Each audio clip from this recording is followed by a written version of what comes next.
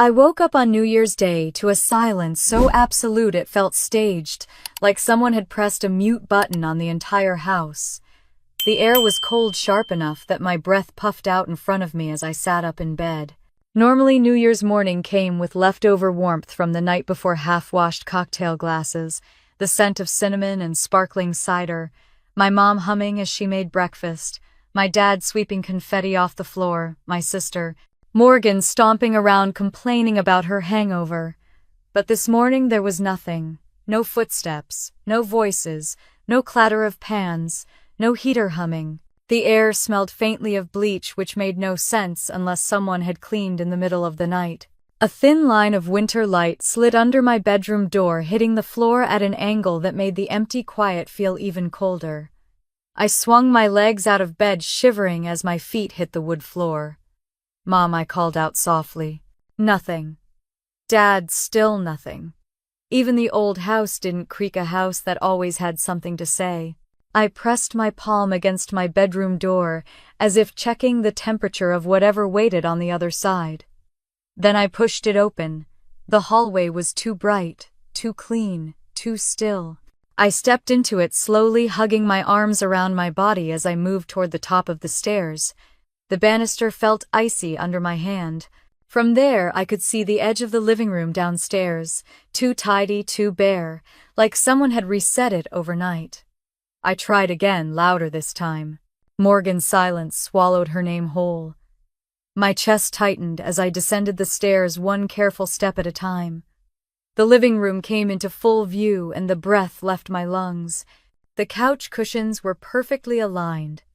The coffee table was spotless. The rug looked freshly vacuumed. Even the Christmas tree, which we always left up through the first week of January, was gone. Just a faint ring where the stand used to sit. My heart thudded as I crossed into the kitchen. The counters sparkled, every appliance wiped down. No crumbs, no mugs, no signs of breakfast prep. My mom never left the kitchen empty on a holiday morning. She always had something softening, thawing, marinating. But now everything was tucked away, sterile, erased. I reached for the coffee machine out of habit, but the cord hung loose. It had been unplugged. My stomach sank.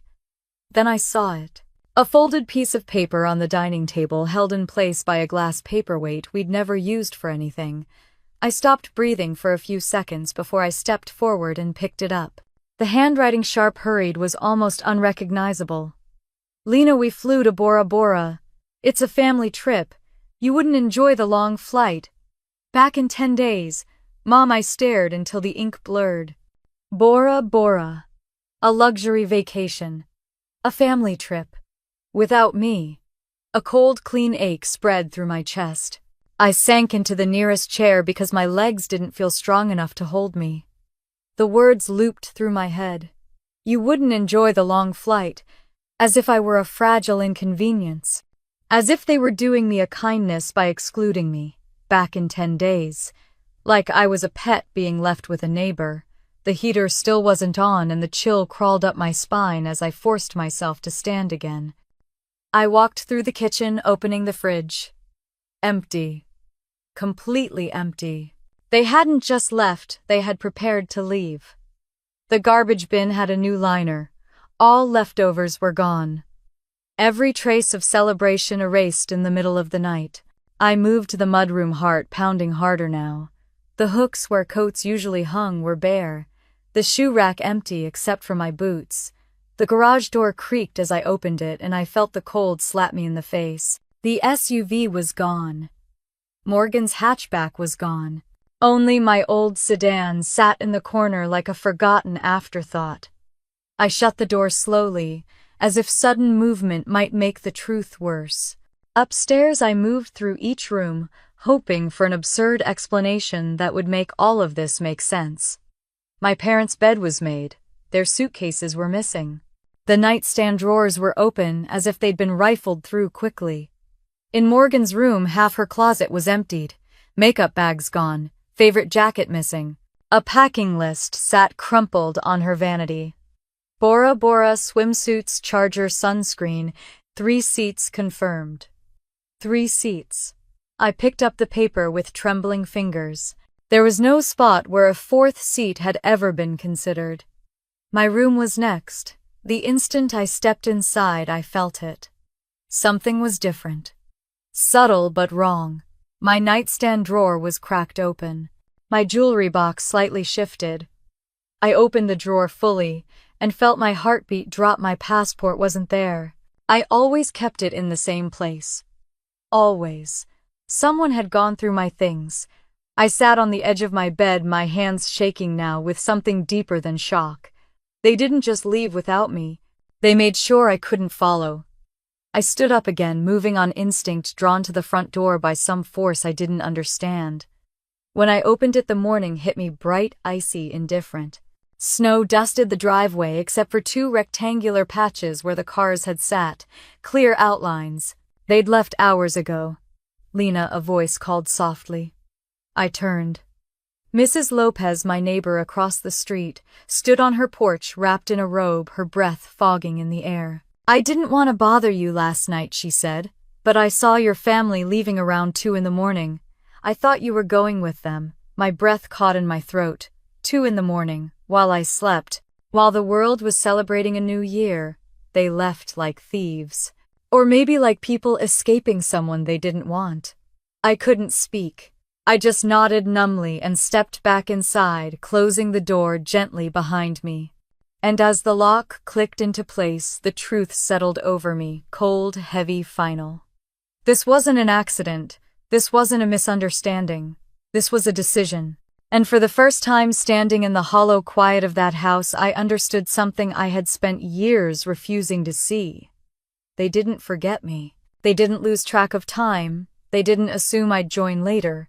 They left because they wanted a family trip, and in their eyes, I wasn't part of the family. I stood in the entryway for a long moment, the cold air circling my ankles like something alive, something watching.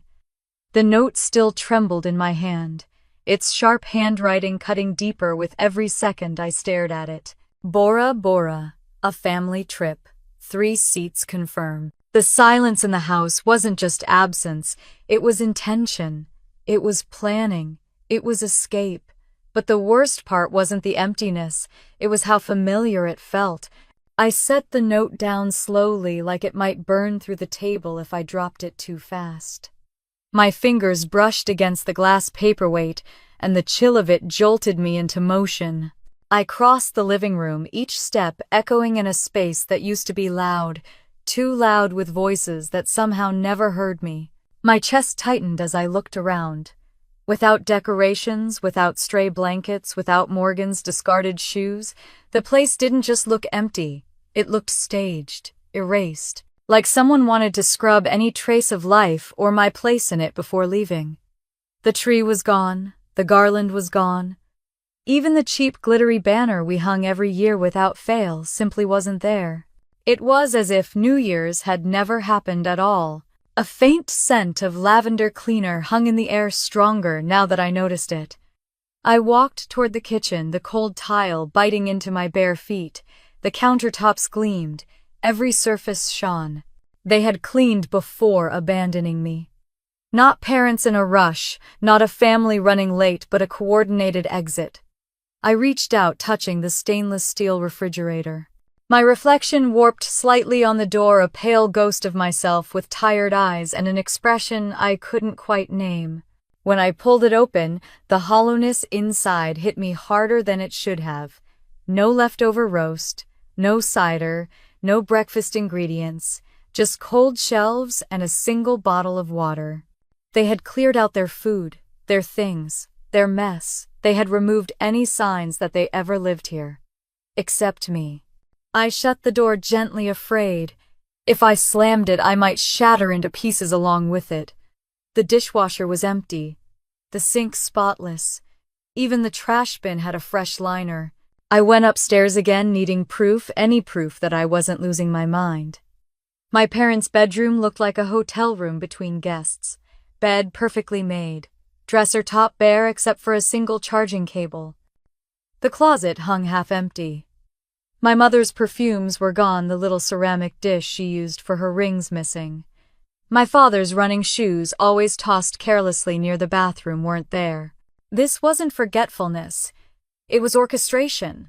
A soft hum filled the hallway, and it took me a moment to realize it was coming from Morgan's old speaker in her room. The kind she always left plugged in. I stepped inside slowly. Her bed was made a miracle in itself. Her desk, normally cluttered with makeup clothes and half-finished sketches, was cleared except for one small crumpled paper. I moved closer. Packing list. Bora, swimsuits, charger, beach dresses, medicine camera, 3 seats only. There it was again. The number 3. My throat went tight. That phrasing wasn't an oversight. It wasn't sloppy wording. It was definitive, intentional. They had planned seating without me from the beginning. I moved toward her closet. Half of her wardrobe was missing: her favorite dresses, beach outfits, hats she only wore on vacation. The remaining hangers swung gently, as if disturbed recently. The faint scent of her perfume lingered in the air. Why, the word left my lips in a whisper, barely audible even to myself.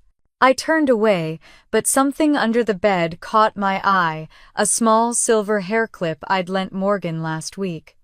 She never gave things back unless Mom told her to. I bent to pick it up, and as I did, I spotted my own handwriting on something shoved farther back. A sticky note. The one I left on the counter, reminding Morgan to pick up her dry cleaning. Crumpled and shoved beneath her bed like trash. The ache in my chest pulsed harder now. By the time I stepped back into the hallway, my heart was moving too fast. Something tugged at me, a pull I couldn't ignore, and I found myself walking into my own room. At first glance, nothing seemed disturbed. The comforter was tossed aside, a pillow on the floor where I must have kicked it off in my sleep, but the longer I looked, the more wrong it felt. The drawer of my nightstand was slightly open, my jewelry box latch undone. A faint indentation next to it, like someone's hand had rested there. I opened the drawer fully. My phone charger, lotion, a notebook, and the empty place where my passport should have been. I froze. My passport was gone. Heat rose in my chest, a different kind of heartbeat, sharp, quick, furious. Not because of the passport itself, but because they had gone into my room. They had touched my things. They had made decisions about my life without me, over me, around me, through me. They had ensured I couldn't show up at the airport. They had made sure I would stay behind. I stood up abruptly, the room tilting slightly as I tried to breathe. I grabbed the edge of my desk, grounding myself. The desk was slightly shifted, just an inch or two. I never left it uneven. I opened the drawers. My old journals, receipts, a half-finished painting untouched. But my spare car keys weren't in the little tray. I dug deeper. Empty. A hollow laugh escaped me. Not the kind that comes from humor, but the kind that escapes when everything suddenly clicks into a shape you don't want to see. They wanted to remove any possibility of me chasing them. I backed away slowly, gripping the desk, then turned and walked downstairs again. The house felt colder now, the silence heavier, not emptiness but absence, not oversight but exclusion. I walked past the dining table, past the note, past the paperweight that looked suddenly sinister in its stillness. I went to the front door and opened it again. Mrs. Lopez was still on her porch, her robe wrapped tight. She raised a hand hesitantly. "They left very early," she said. "Suitcases and everything. I thought you'd already gone. I didn't see your car move." I managed a tight, brittle smile. "I didn't go." "Oh," she said softly. "Oh, sweetheart." Her voice cracked just a little, as if she'd understood something I hadn't yet allowed myself to say aloud. I closed the door gently behind me and leaned against it, letting the weight of everything settle over me. The house around me felt like a stranger, like a carefully constructed set designed to make me feel small or invisible or both. I pressed my forehead against the wood. My eyes stung, but the tears didn't fall. Not yet. Something else rose first, something sharper, steadier. Recognition. Understanding. This wasn't new. This wasn't sudden. This wasn't a mistake. It was the final expression of a truth I had pushed away for years. I stepped back from the door, breathing in the cold, stale air. And for the first time that morning, the words came out steady, without shaking, without doubt. "They didn't forget me," I whispered. "They left me, and that truth didn't break me, it woke me." I stood in the center of the deserted living room long enough for the cold to seep into my bones. The note, the empty fridge, the missing passport, they kept looping in my mind like a cruel movie trailer. But it wasn't until I really looked around the room, really let my eyes take in every corner, that a different kind of realization settled in. Something else was missing. Not just my family. Not just their shoes or their suitcases. The photos.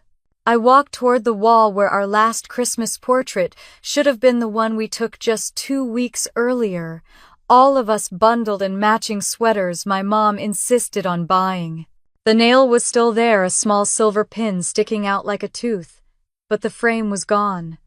That wasn't unusual, I told myself. Maybe they packed it for the trip. But then I noticed the faint dust outline where the frame had hung, a perfect rectangle marking its absence. I turned, scanning the room. Every framed picture that included me was missing. The one from my graduation. The one from that road trip when I was 17. Even the family photo from the 4th of July barbecue years ago. It wasn't a mistake. They had taken them down. I walked slowly through the house, my steps growing heavier with each missing frame. Down the hallway, empty hooks. In the dining room, the collage wall stripped bare. In the den, only a photo of Morgan with my parents remained, smiling broadly beneath twinkling holiday lights. My throat tightened. I wasn't just forgotten, I had been erased. I moved into the kitchen and pressed my palms against the countertop, grounding myself. The granite felt cold beneath my fingers, but it steadied me enough to breathe again. This wasn't the first time I felt erased in this house. It was simply the first time they'd done it physically. I inhaled deeply, then exhaled slowly. The air tasted like bleach and betrayal. My phone was charging on the counter. I reached for it and opened the Ring app, my thumb trembling slightly, not from fear but anticipation. My family thought I slept like a stone. They thought I wouldn't see them leave. But they forgot one thing. The camera never sleeps. When the footage loaded, a blue spinning circle mocked me for a moment before the video snapped into focus. The timestamp, 2:07 a.m. There they were. My mother lowering her oversized duffel bag onto the porch with the same cautious quiet she used when sneaking out of my room after checking if I was asleep as a child. My father shifting his weight nervously, glancing over his shoulder toward the dark windows. And Morgan, hood up, earbuds in, practically bouncing in place. I pressed play. "Come on," my father whispered, his voice barely audible. "We have to go before she wakes up." The words hit me sharper than I expected. My mother shot him a warning look, her finger to her lips. "Keep your voice down." Morgan rolled her eyes so dramatically it was visible even in the grainy night vision. "Relax. Lena sleeps like a rock. She won't know until we're already in LAX. They all laughed quietly, but enough. Enough for me to feel it like a punch. I rewound the scene and watched again. And again, each time something new revealed itself. The way my mom's eyes flicked toward the door, worry tightening her jaw. The way my dad rushed, almost panicked. The way Morgan seemed thrilled to leave, as if it were some secret adventure. At one point, Morgan paused, reached into her tote bag and pulled something out. A small photo frame. My stomach lurched. It was the picture from my high school graduation, one of the only photos where I remember my dad genuinely smiling at me. She popped open the back of the frame, removed the photo inside, let it flutter into the bushes, and shoved the empty frame back into her bag. My breath left my lungs. My mother noticed and muttered, "Sophie, leave that." "It's fine," Morgan said breezily. "I don't want her in any of the pictures we bring." No one objected. They kept walking. My hands tightened around the phone. My heartbeat wasn't panicked anymore, it was steady. Too steady. A kind of quiet, cold clarity filling me from the inside out. I felt an unfamiliar calm settle across my shoulders like a heavy coat. If they didn't want to carry me into their new year, then they didn't deserve to carry anything of mine into it either. I set the phone down gently on the table. No shaking, no tears, just truth. I stood in the living room and scanned the space again, noticing things I hadn't paid attention to in years. The sofa, I bought it. The coffee table, I picked it out. The rug, they asked me to order it when my mother said she didn't understand online reviews. The lamp in the corner, I found it at a flea market, sanded it, rewired it myself. The house was filled with pieces of me, pieces they never thanked me for. Pieces they assumed belonged to them. My chest warmed with something like recognition, like finally seeing a reflection I hadn't known was mine. I walked to the next room. The dining table mine, the matching chairs mine, the hutch mine. Every kitchen appliance except the toaster mine. I moved down the hallway. The washer, the dryer mine. Mine. Morgan's vanity mirror mine. Her desk chair mine. I stepped into the guest room. The bed frame mine. The mattress mine. The nightstand mine. My fingers brushed the oak wood of the dresser, tracing the grain. Every item had a memory, most of them small, unnoticed moments where I had said yes while they said nothing. My parents never liked shopping. They never liked assembling furniture. They always pushed the responsibility to me. Lena, you have better taste. Lena, you're better at choosing things. Lena, can you order this? It's confusing. Lena, we'll pay you back later. Later never came. Because later was never meant to. I moved back into the hallway and felt something tug at me again, this time sharper. I returned to my room, opened the drawer where I kept my papers, and found the folder I'd almost forgotten. A blue expanding folder bursting with receipts. I pulled it out and sat on my bed. The folder was heavier than I remembered. I unfastened the elastic band, and dozens of papers spilled out onto the comforter.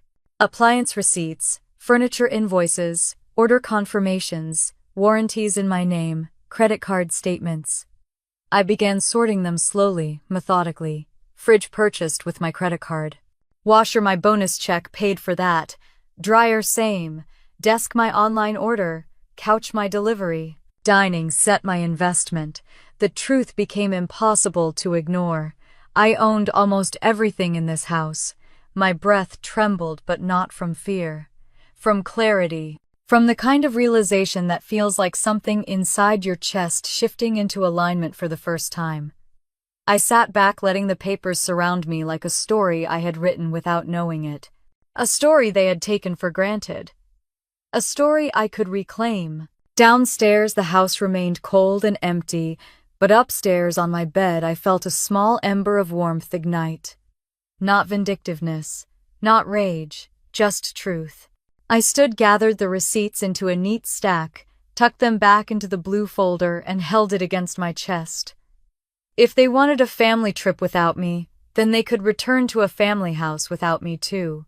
The heater hummed faintly in the distance, kicking back on after hours of silence.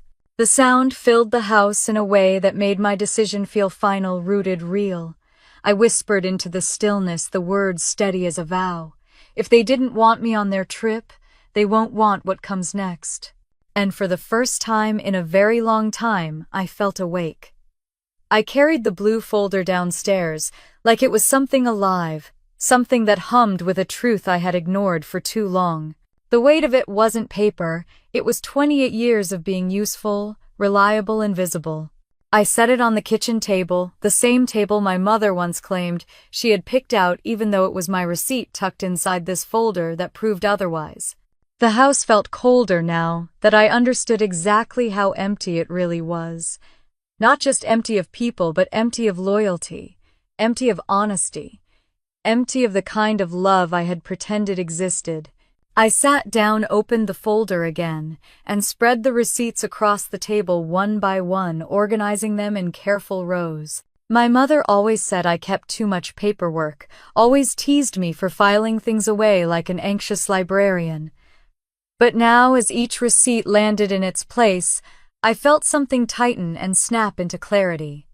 Living room, dining room, kitchen, laundry, bedrooms, garage. Every section of the house I had once labored to maintain now sat before me, documented, itemized, and undeniably mine. I picked up the first sheet, the stainless steel refrigerator. I remembered my dad groaning about the old one breaking again, complaining loudly, until I finally said, "Fine, I'll just buy the new one." He didn't resist. He rarely resisted when it came to me footing the bill. Next, the washer and dryer. I had bought them after my mother spent weeks sighing dramatically about laundromats being unsafe and how they were too busy to deal with constant repairs. I had offered to contribute, and somehow that had turned into me paying for everything, while they laughed, even that they'd reimburse me when taxes came in. The reimbursement never came. I stared at the neat black print on the invoice. My name, my bank, my responsibility. My breath trembled, but my hands didn't. For once they were steady. I pushed the receipts aside and stood. Something in me needed to move, needed to see. I walked down the hallway, every step echoing through the hollow house. I started in the dining room. The hutch in the corner mine. I pulled open the drawers. Empty.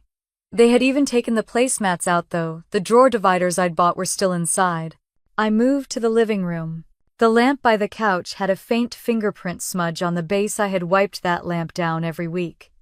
The couch itself, a soft gray sectional, still held the faint scent of the lavender spray I used when I cleaned. My mother always insisted the couch was too bland, but she never offered to replace it. Because I did. I ran my hand along the back of it.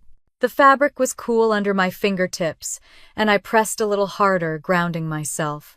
Every item I touched felt different now. Not memories, not shared belongings, but proof, evidence. Ownership. I crossed into the den where my father kept his fishing gear stacked in the corner. The gear was gone now, but the desk I had assembled for him still remained. I remembered the night he bought it, or rather the night I bought it under the pretense that he'd pay me back eventually. He had stood over me as I tightened each screw, not offering help, just watching as if it were my job. My jaw clenched. I stepped back, smoothing my hands down my sides. I didn't want to be angry. Not yet. Anger could come later. I wanted clarity first. I moved to the stairs and went up slowly, feeling the wood creak under my bare feet. In the hallway, the absence of family photos hit me again. Dust outlines where my face used to be. Places where frames had been removed in the dark. I reached out, brushing my fingers along one empty spot, the faint, chalky residue clinging to my skin. They had erased me long before they left. I walked into my parents' room, next, driven by an instinct I didn't fully understand. Their suitcases were gone, drawers half open, a stamp of hurried packing left behind like a signature. The comforter lay perfectly smoothed, as though someone had pressed it down right before leaving. I opened the nightstand drawer. Inside were little scraps of paper tucked beneath a book. Receipts, notes, a balled-up tissue, and at the bottom, a folded sheet with my mother's handwriting. Packing checklist: passport, sunscreen, sunglasses, Morgan's inhaler, flight snacks, check if Lena is asleep. Do not wake her. A wave of heat rose up my neck. I had seen enough. I folded the note carefully, not because it deserved care, but because I wanted it intact. Then I walked into Morgan's room. The vanity looked bare without her makeup collection sprawled across it. The mirror I bought her for her 17th birthday, a night she didn't thank me for, still hung on the wall. I hesitated before touching it. Was it worth it? I whispered into the empty room. No answer came. Just the cold hum of silence. I turned to her desk.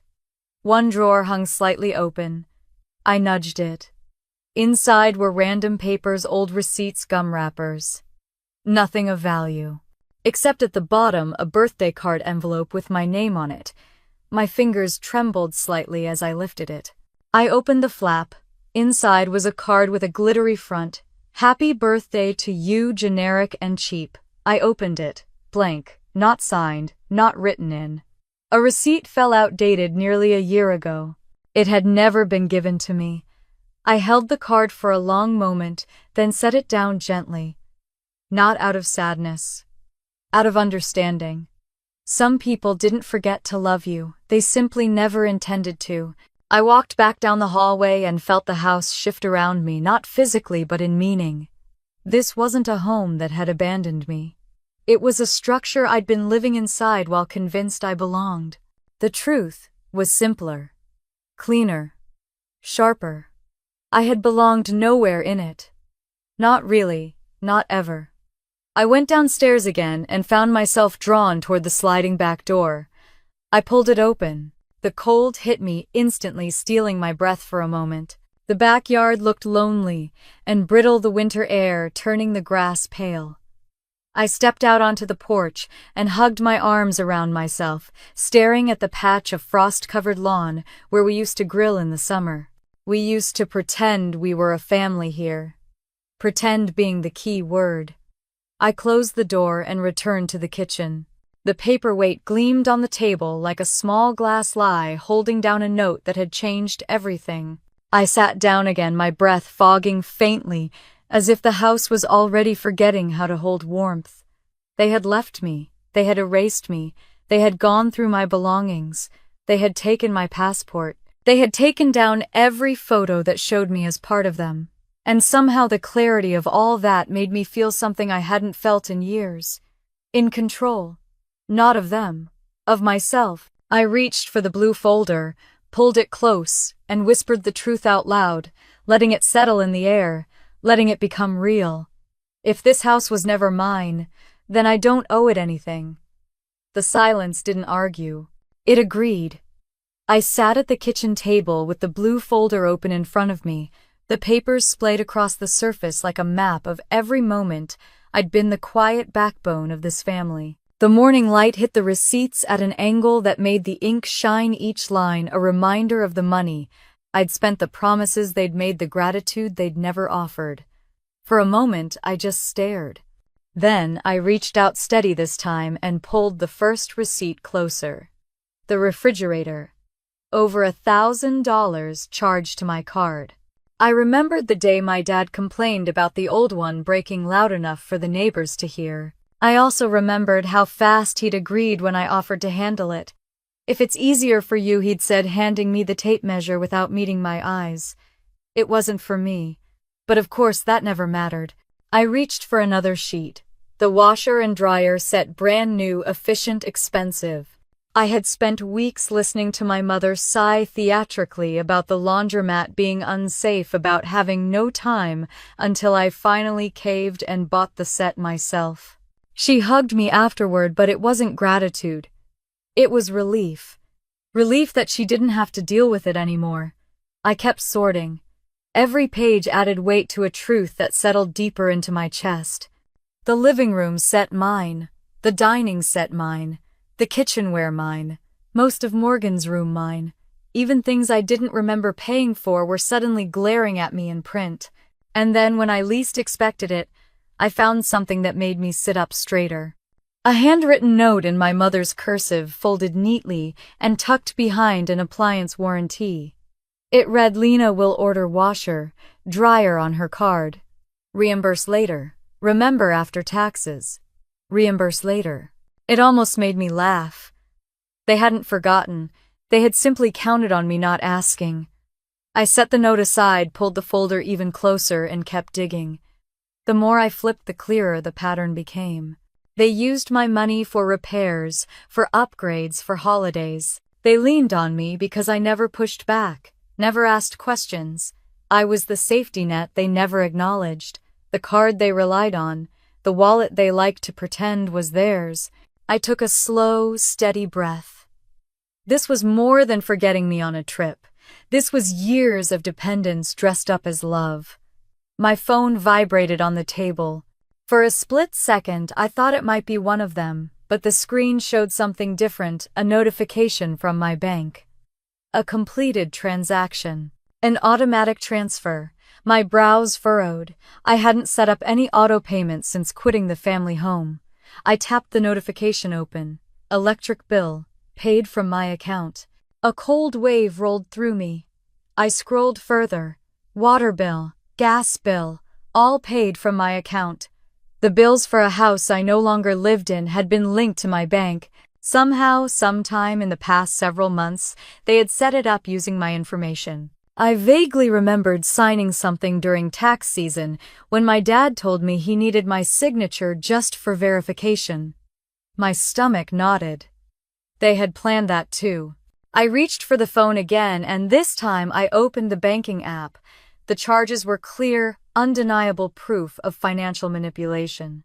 My fingers tightened around the edges of the phone, but I forced myself to breathe slowly. I turned back to the receipts. If they wanted to treat me like a bank, then I had every right to close my branch. I organized the documents, grouping them by room. I wrote lists item by item, price by price. The numbers grew into the thousands, a mountain of hidden labor and financial sacrifice. And as I worked, memories surfaced, some small, some sharp enough to sting. I remembered the time Morgan wanted new stage lights for her dance video. My parents told her no because we can't afford extras. She ran to her room crying, slamming doors dramatically.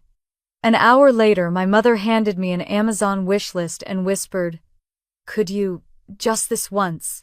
She's been under so much stress." I had bought it. All of it. I remembered the time my dad forgot to pay the electric bill and we nearly lost power. He called me at work, angry, frantic, and demanded I fix it because he was too busy to deal with this nonsense. I paid the overdue balance before lunch. I remembered the time they asked me to buy a mattress because theirs was ruining their backs. They never paid me back for that either. I set the pen down and rubbed my temples. The memories didn't hurt. Not anymore. They simply lined up like evidence in a trial I had never realized I'd been preparing for. My eyes drifted to the window. Outside, the yard was barren, frosted, lifeless.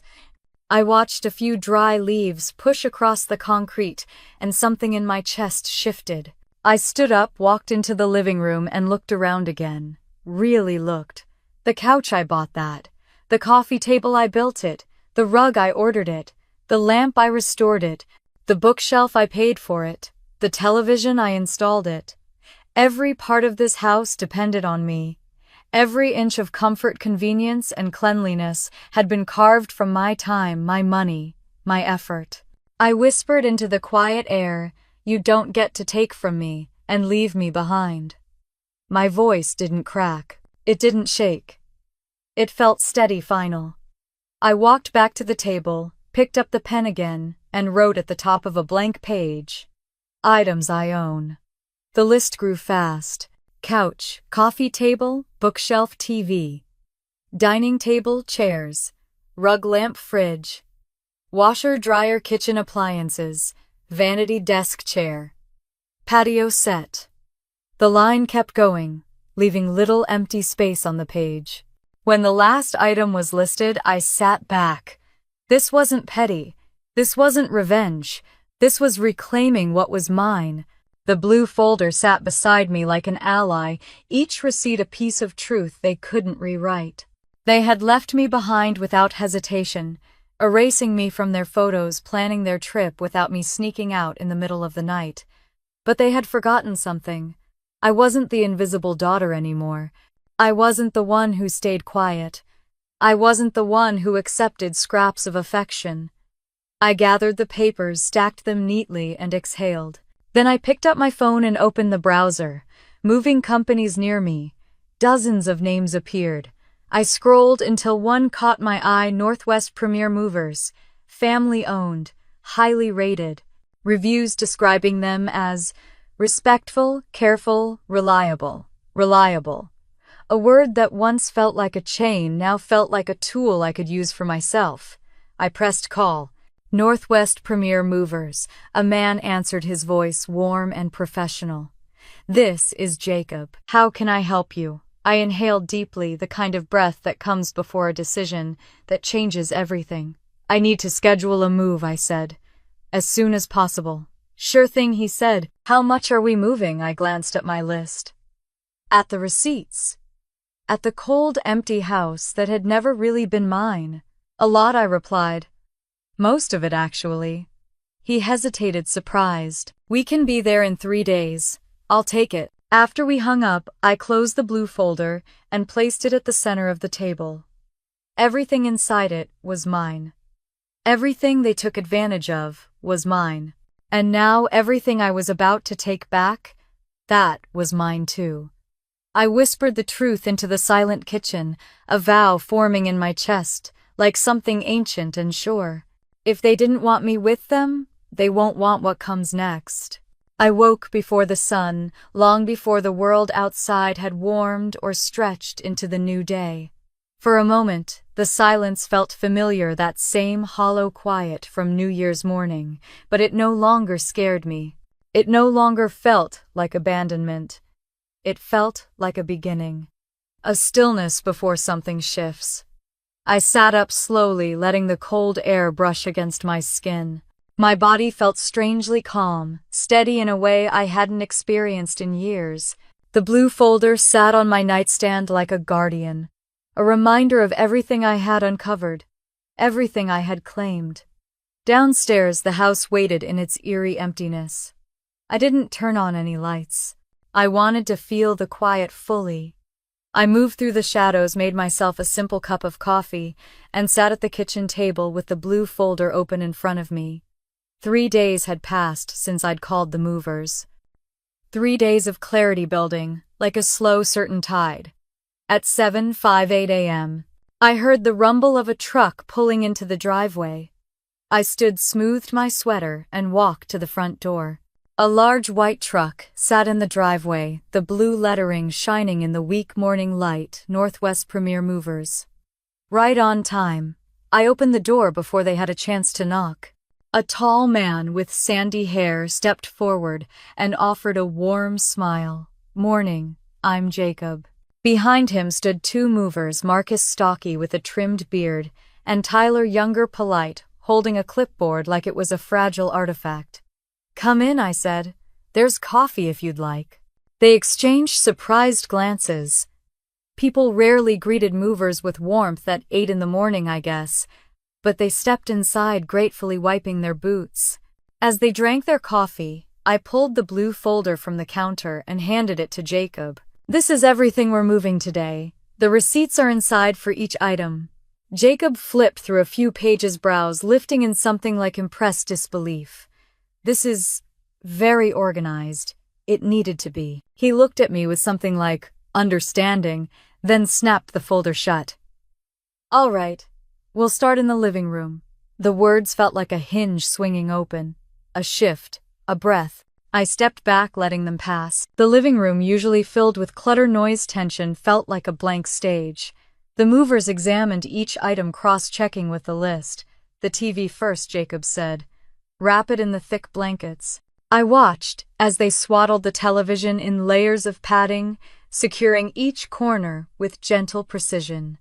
I remembered the night I bought it, the way my father bragged about his new smart TV to his friends, as if he'd spent the money himself.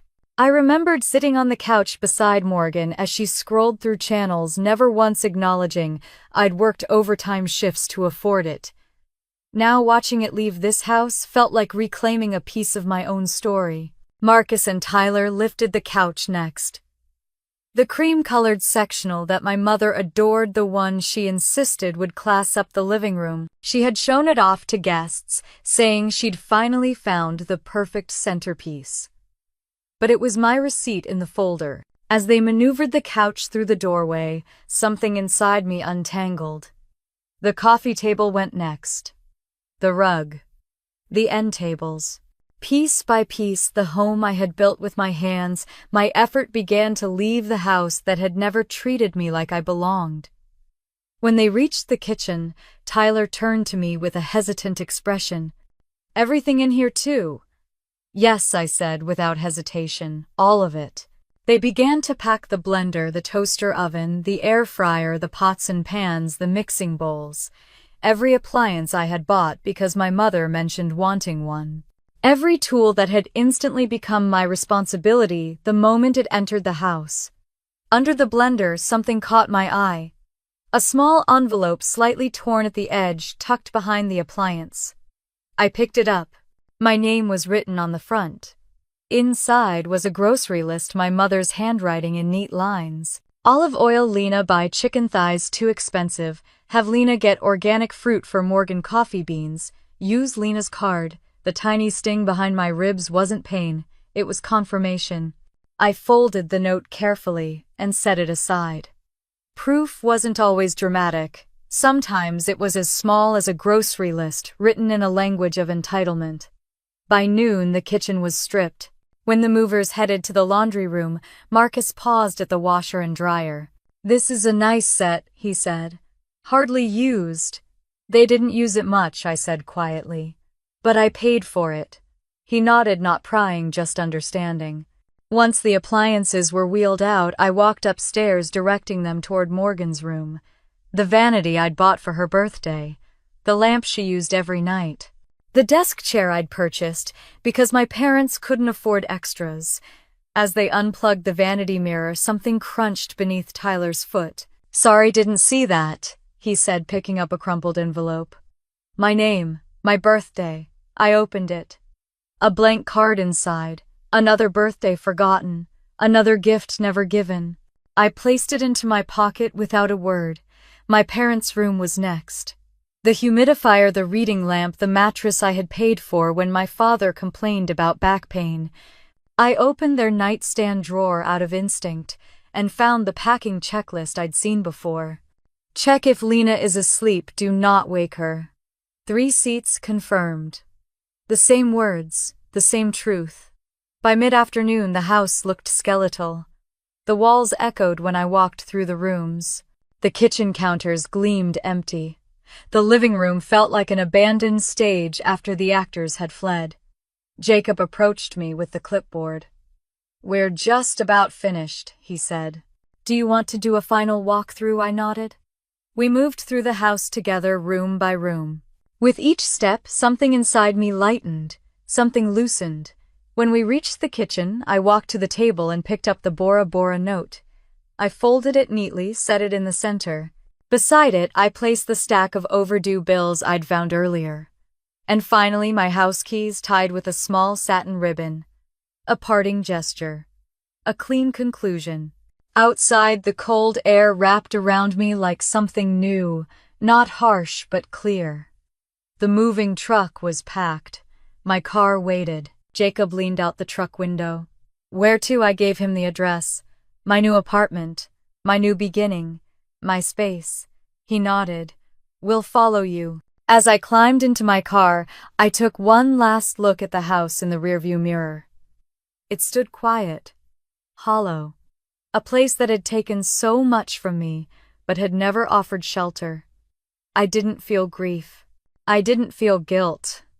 I felt release. And as I pulled away from the curb, the house grew smaller and smaller in the mirror until it vanished behind me. I didn't look back. I didn't need to. I was already moving forward.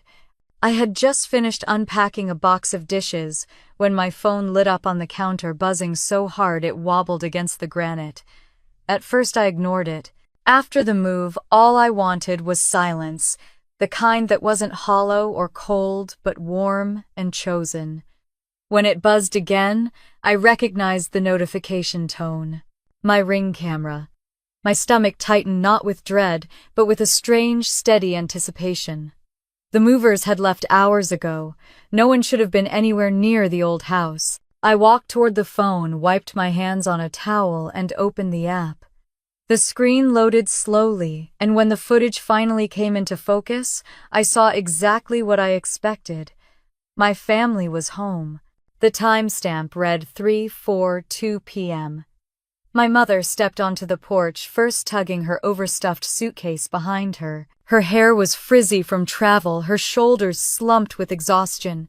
Behind her came my father, adjusting his neck pillow, grouchy, even after 10 days in paradise. Morgan trailed last, sunburned and scrolling through her phone, dragging a floral suitcase covered in stickers.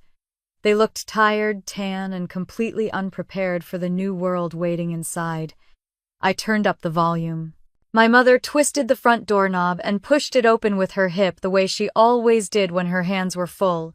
The sound that came out of her wasn't a scream, it wasn't even a gasp. It was a soft, strangled noise like disbelief caught in her throat. She dropped her suitcase. It toppled sideways with a thud. "What the hell?" my father muttered as he stepped in behind her. His voice disappeared into the empty living room. From the camera angle, I watched all three of them freeze in the doorway like figures trapped in a photograph. For a moment, silence filled the screen. Then Morgan's voice cracked the air. "Where's the couch?" She spun toward my mother. "Where's everything?" My mother stumbled forward, her hand pressed against her chest. "No, no, no." My father hurried deeper into the living room, out of frame. Seconds later, he reappeared, frantic. "The TV is gone," he barked. "The tables are gone. Lena's room, everything's gone. The house is empty." Morgan clutched her head dramatically. "My vanity, my desk, my mirror, who would take my stuff?" It was almost funny. They weren't asking about me. They weren't afraid for me. They weren't even concerned that I might have been hurt. All of their panic was about the things, the belongings, the items, not the daughter who had lived in that house. I leaned back against the counter and watched them spin in circles, darting from room to room, opening cabinets, checking closets, shouting over one another. My mother grabbed her phone, nearly dropping it twice before she managed to dial. "Hello," she panted. Yes, I'd like to report a robbery. Our entire house has been emptied. Everything is gone." I had to cover my mouth to stop the small, humorless laugh that escaped. My father stormed outside and paced across the driveway, his voice raised and tight. "How did someone get in? How did someone take all of this? This is insane." Morgan stomped onto the porch, her face flushed and furious. "This is why I said we shouldn't leave for 10 days, Mom. I told you." My mother ignored her. She was already on the verge of tears. But then something unexpected happened. One of the police officers arrived earlier than they expected. The Ring camera caught the moment he stepped onto the porch. He greeted them, calmly introduced himself, and stepped inside. I watched as they led him from room to room. Even without sound, their desperation was palpable. Then the audio clicked in again. The officer's voice was calm, professional. "Do you have receipts for the missing items?" My father stopped mid-rant. "Receipts? Yes," the officer said. "To confirm ownership." My mother stuttered. No, they were just in our house, so they're ours." The officer made a note. His silence said everything. Morgan dramatically threw her arms into the air. "Well, obviously, Lena knows something. She's weird, she collects receipts, I paused the video. There it was. The deflection. The blaming. The instant attempt to turn me into the villain before they even asked if I was alive. They weren't worried about me. They weren't confused about the situation. They were angry that their free labor, free money, and free comfort had disappeared. I hit play again. My mother pulled the officer aside quietly, but not quietly enough for the camera. "I think our daughter might have done this," she whispered. "Done what?" the officer asked. "Taken everything. Does she have a key?" "Well, yes, but she wouldn't." She stopped herself. Even she knew how flimsy that sounded. My father jumped in. "She's been acting distant, ungrateful. She probably did this to get attention." "Attention," the officer repeated. "Yes," my mother said. "She always overreacts. She's very emotional." I flinched, not from hurt but from recognition. That sentence had shaped most of my childhood. She's emotional. She's dramatic. She's too sensitive. When you tell a child their feelings are exaggerated, they grow up believing their pain is imaginary. But not today. The officer scribbled something in his notebook. "We'll need to follow up with your daughter." "Good," my father snapped. "She needs to explain herself." Morgan suddenly pointed at the TV wall. She even took the remote. I stopped the video again and shook my head, unable to stop the small huff of laughter. I hadn't taken the remote. The movers had packed it in a box with the TV. But the outrage in her voice made it sound like I'd stolen her identity. I resumed the footage. Another officer arrived. More questions, more frantic answers. My parents' faces twisted with confusion and panic. but the more they spoke, the more obvious it became to the officers. There was no sign of forced entry, no broken locks, no shattered windows, nothing missing that didn't legally belong to me. Eventually, the officers exchanged a look that made my father's voice trail off. "This appears to be a civil matter," the older officer said. "Not a burglary." My mother's jaw dropped. "What do you mean?" "Everything removed from the home seems to belong to your daughter," the officer continued. "Unless you can produce receipts proving otherwise." "We don't keep receipts," my father said sharply. "That's unfortunate," the officer replied calmly. Morgan whispered loudly, "She's going to get away with this." I paused the video again. "Get away with this," as if I had stolen from them. As if I had created harm instead of reclaiming what was mine. As if all those years of paying their bills, buying their furniture, covering their emergencies weren't enough. The irony tasted bitter, but the bitterness didn't belong to me this time. I played the last section of the footage. The police concluded their investigation, shook their heads sympathetically, and left the house. Then the real chaos began. My mother collapsed onto the floor and burst into tears. My father punched the side of the doorway hard enough to make the camera shake. Morgan stomped around like a furious toddler. And finally, my phone screen flooded with missed calls. 23 messages in 10 minutes. 27. 34. I didn't listen. Not yet. Instead, I locked my phone, leaned against my kitchen counter in my new apartment, and let the quiet settle around me like a soft, warm blanket. For the first time, their panic wasn't my problem.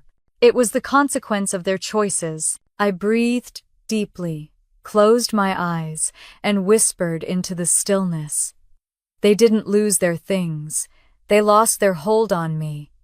And that truth felt better than revenge. It felt like freedom. The knock came just after 10 in the morning, 3 firm, deliberate taps that didn't belong to a neighbor, a delivery driver, or anyone who showed up unannounced without purpose. I froze halfway between the kitchen and the living room, a mug of tea warming my hands. I set it down, carefully wiped my palms on my jeans, and approached the door. Before looking through the peephole, I already knew. 2 uniformed officers stood in the hallway, one older, broad-shouldered, with a calm professionalism about him, and the other, younger, visibly alert, holding a small notebook in one hand. My heartbeat stayed steady. I opened the door. "Miss Lena Hart?" the older one asked. "Yes," I said. "Come in." They exchanged a brief look, surprised I wasn't panic defensive or cagey, but stepped inside, wiping their boots politely. My apartment was bright with morning light, the furniture arranged neatly, my reclaimed life unfolding quietly around us. It looked peaceful. It felt peaceful. The younger officer cleared his throat. "We're here regarding a report filed by your parents." I nodded once. I figured. The older officer removed his hat, tucking it under his arm. "They stated that a significant amount of property was removed from the residence while they were away. They also indicated that you may have information." "I do," I said. The younger officer blinked, taken aback by the directness. The older officer asked, "Did you remove property from the home?" "Yes." Another pause. The younger one clicked his pen, ready to write. "Did you have permission to enter the house? I lived there my entire life." "I had a key." The older officer nodded once slowly. "And did you remove items that belonged to your parents?" "No," I answered calmly. "I removed only what belonged to me." I walked to the coffee table and picked up the blue folder. The sight of it gave me a strange, grounded confidence, like armor made of truth instead of steel. I handed it to the older officer. He opened it. The younger officer leaned over his shoulder, eyebrows rising with each page he saw. Receipts, order confirmations, warranties, credit statements, screenshots, everything organized, highlighted, documented, all major appliances. Officer Hale murmured, flipping, washer, dryer, refrigerator. "All purchased by me," I said. He looked up. "This is incredibly thorough." "I keep good records," I replied. "It's one of the things they teased me for." Turns out it's helpful now. Officer Swanson continued flipping, pausing at each document, his expression shifting from neutral to impressed to something like pity, not for me, but for the people who had filed the complaint. And these, he tapped the corner of a page, are warranties under your name. Yes. So, the younger officer said carefully, you removed your own property. Yes. Officer Swanson placed the pages back into the folder, aligning them neatly. Your family indicated emotional distress, that they felt unsafe, that the removal caused hardship. I looked him in the eye. They left me behind on New Year's Day without telling me. They took my passport. They cleaned the house of any trace of me. They planned their trip without me, then called it a family vacation. Both officers stilled. I didn't retaliate, I went on. I didn't destroy anything. I didn't steal. I simply reclaimed the things I bought over the years. That's all. Officer Hale flipped one more page. His eyes widened. He found it. The Bora Bora pre-charge. The one that was charged to my card. He looked at me with disbelief. They used your card for their vacation. Yes, I said softly. They never told me. I never agreed. The older officer let out a slow breath. This changes things. Before he could continue, the hallway outside erupted with noise, footsteps. Several. Quick, stumbling, angry. Then voices. I knew too well. She has to be here. Just knock. You better hope she answers. Don't start, Morgan. The officers turned, and then the elevator dinged. The doors slid open. My family spilled out like a tidal wave, my mother red-faced and frantic, my father stiff with fury, Morgan vibrating with indignation, her hair still frizzy from humidity. The moment they saw me standing beside two police officers in my quiet new apartment, they froze. My mother's face crumpled. Lena, why didn't you answer? Why did you leave? The house, our house, everything is gone. Officer Hale stepped neatly between us. Ma'am, please keep your distance. My father jabbed a finger toward me. Officer, she stole from us. No, Officer Swanson said calmly. She didn't. We raised her. My mother snapped. She had everything, and she, Mrs. Hart, the officer said firmly, your daughter has provided extensive documentation proving she purchased all the items removed. My father sputtered. She bought them for us. Do you have receipts supporting that? The officer asked. My mother's mouth snapped shut. Morgan threw her hands in the air. She's manipulating you. She always manipulates people. She just wants attention. I stepped forward. I took what I paid for. Nothing more. My mother's eyes filled with tears. How could you do this? You blindsided us. You blindsided me first, I said quietly. Morgan scoffed. Oh my God, this is why you weren't invited to Bora Bora. The hallway went silent. The officers turned sharply toward her. My parents stiffened. Morgan paled but lifted her chin stubbornly. Officer Swanson raised an eyebrow. You left for a family trip without her. My father glared at her. Morgan, no. Let's tell the truth for once, I said, my voice even. They left at 2 a.m. They took down every picture with me in it. They took my passport. They planned a clean escape. My mother shook her head, horrified, not by what they'd done, but by the fact that I said it out loud. Lena, how dare you? How dare I asked. All I've ever done is give, and you couldn't even give me honesty.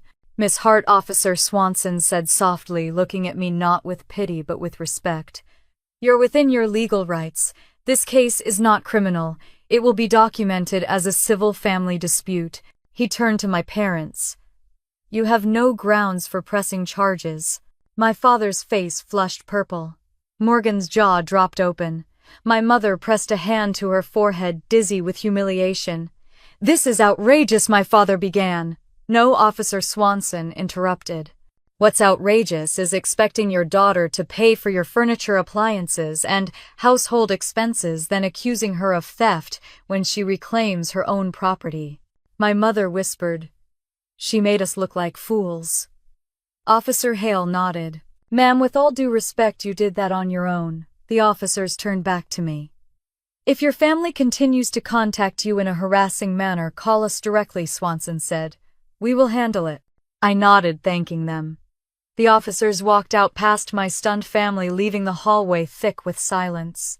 My mother reached for me weakly. "Lena, please, we should talk. We can work this out." I stepped back. "No, you don't get to ask for closeness now, not after everything." My father's voice was low, threatening. "This isn't over." I held his gaze. "For me it is." They stood there, three people who had always felt larger than life in my mind, now looking small, fragile, and strangely unfamiliar. The elevator doors opened again, the soft chime breaking the moment. My family stepped inside, still arguing, still blaming, still spiraling. I watched the doors close. The hallway grew quiet. I closed my apartment door, leaned my back against it, and breathed deeply. The quiet didn't feel empty anymore. It felt like a door closing behind me. And another opening. The certified letter was slipped under my apartment door like a thin white thread, quiet enough not to wake me, but deliberate enough to make sure I found it. I noticed it when I stepped out to make coffee, my slippers brushing the envelope forward across the floor. For a moment I just stared at it. The courthouse seal sat in the top corner like an accusation. I didn't pick it up right away. Instead, I walked to the kitchen, filled the kettle, and let the water warm, while the winter morning poured pale light across my counter. I needed a clear head. I needed steady hands. Only when the kettle clicked off did I finally return to the envelope, sliding a finger beneath the seal and unfolding the document inside. The words blurred for a second before sharpening into focus. Small Claims Court Summons. Plaintiffs Daniel Hart, Marianne Hart, Morgan Hart. Claim amount $12,000. Reason emotional distress, partial theft, intentional infliction of hardship. A slow breath left my chest. Not shaky, not panicked, just tired. After everything, after abandoning me on New Year's Day, after erasing me from the house, after using my card for their luxury